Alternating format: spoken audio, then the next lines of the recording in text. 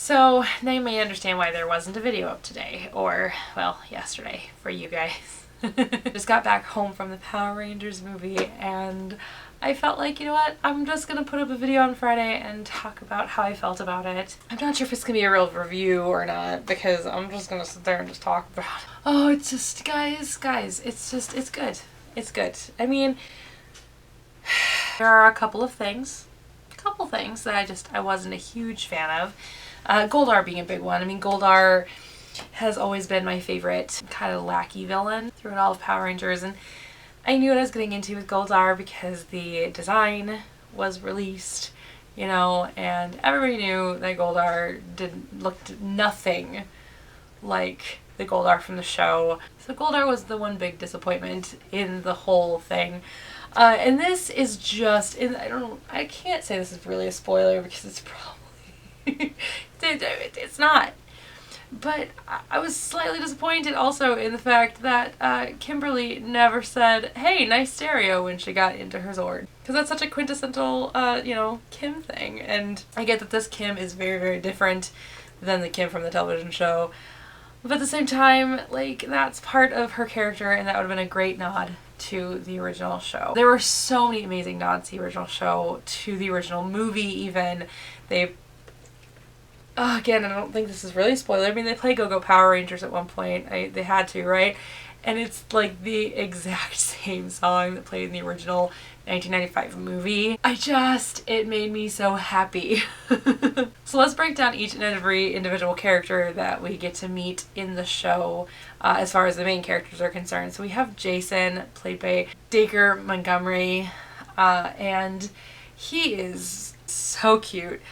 But yeah, he plays a very cool Jason. He's a football star, turned prankster, turned accidental juvenile delinquent. You kind of get the sense that he's not really this all-star football player, and it's just, he's just so good. I mean, there's a reason why Jason was my favorite in the original show, and he's probably my favorite in the movie too. He's just so good. We also get to meet Billy, who I thought they did a phenomenal job with. An absolute phenomenal job with. Billy is different in the movie than he is in the show. He's not just a nerdy kid. There's something more to him, but I don't want to give it away. Again, probably not really a spoiler, but I don't want to give it away because it was a nice surprise in the show or movie, whatever. And then you also have Kimberly, who, you know, is your normal high school cheerleader, but she has been turned against by her friends, and that's so sad. She gets a lot of depth because of it, and it's so good. And Zach, who kind of lets off himself to be super crazy. Like, he literally calls himself crazy all the time throughout the course of the film, but you realize that he's not.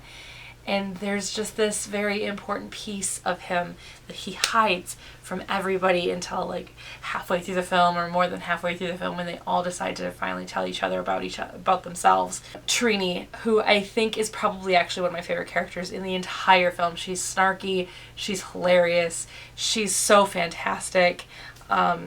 And then again, kind of like Billy, you get a nice little surprise. It's a little different from the original show, but something that is really important, and I think that it was just so well handled, and I hope that in the next movie they get to play with that a lot more, and I'm super excited. And they did obviously lead way into a new movie after credit scene. If you haven't seen yet, just wait, there is an after credit scene, and it's not going to surprise you. I think, I remember thinking either one, they're going to have cameos of the original Rangers, or two, they're going to do this, and they did this, and it was so good. And then you have Alpha, who had a very new design, but he was super cool, and he gave out some ii's, and that was so important to me.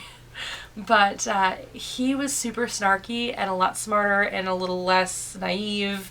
He was a lot less kid-y and more adult, and it was so cool. And then Zordon, who is not really that, like, sagey and respectful. He's a little different and selfish, and I enjoyed seeing that side of Zordon. Rita, was an interesting character. You know, we didn't get enough of her, in my opinion. I don't think we got enough of Rita in the movie, and she was very well done. I think the progression of the character was super cool. What they did with the character was super cool, and I just think that there could have been more. They could have done more with her, but I'm hoping that in the next movie they will, or introduce Zed, or something really cool. As a Power Ranger fan from the 90s, there were so many not to see original show. I will not confirm nor deny some cameos of some original Rangers. Not gonna deny, not gonna confirm nor deny that. Not gonna confirm nor deny me freaking out in the middle of the theater when I saw what may or may not be cameos of the original Rangers. Just saying. So much about it was just so good. Because there were a couple things like the Goldar thing, or you know, the not playing with Rita enough thing, I think was just slightly off, just a little slightly off. But all in all, it was a great movie, a great reimagining of the show, a great reboot, and I cannot wait for the next one. I hope the next one comes, and I hope the next one comes soon. I want to see more of these characters, and I want to see what they're going to do next with this franchise. I'm super excited to consider more Power Rangers in the future, and I can't wait to see where it goes. And the one thing that made me super happy, and it actually made me cheer up a little bit in the show, is because it involves my favorite season of Power Rangers, or one of my two favorite seasons. I have two favorite seasons, Zeo and In Space, and they take one of those things from one of those two seasons. Not gonna say which one because I don't want to give it away, but they take something from one of my favorite seasons of Power Rangers, my one of two favorite seasons of Power Rangers, and they incorporated it into the entire show, into the entire movie, and it was just so good, and I am just so happy that they did that. You know, my favorite season, the two favorite seasons I have, seem to be overlooked a lot, in my opinion, and so it was really nice to have something really important from that. Again, I don't want to give away too much, but it's just so good. I really can't give a great review right now because I'm just so happy that it is the way that it happened the way it did, and that I'm just very happy with it. I just think that it was very well done. In my opinion, a little bit slow to start. And again, a couple of disappointments, but for the most part, it was a really solid movie, and I cannot wait to see it again. I cannot wait to get it out on DVD when it comes out on DVD. And I am a very happy Power Ranger fan. I'm a very happy 90s Power Ranger fan, and I really can't wait for the next installment of this series. And I am just rambling on and on and on. Let me know if you guys saw it, what you guys think of it down below. Again, I think it was a really solid movie. It was really fun. It was really funny. It was campy. They didn't take themselves too seriously, which I liked, but at the same time it was still darker than the original series. It went places it normally wouldn't have in the original show or even the original movies. You know, when the movies got to be a little bit darker than the television show, you know, this went even a step further. It was so good. It was not as gritty I was hoping it was going to be. I was hoping it'd be a little bit grittier. I was hoping it could be a little bit more adult, but I understand they had to kind of toe the line between the, you know, the millennials who watched it and the current Power Ranger fans.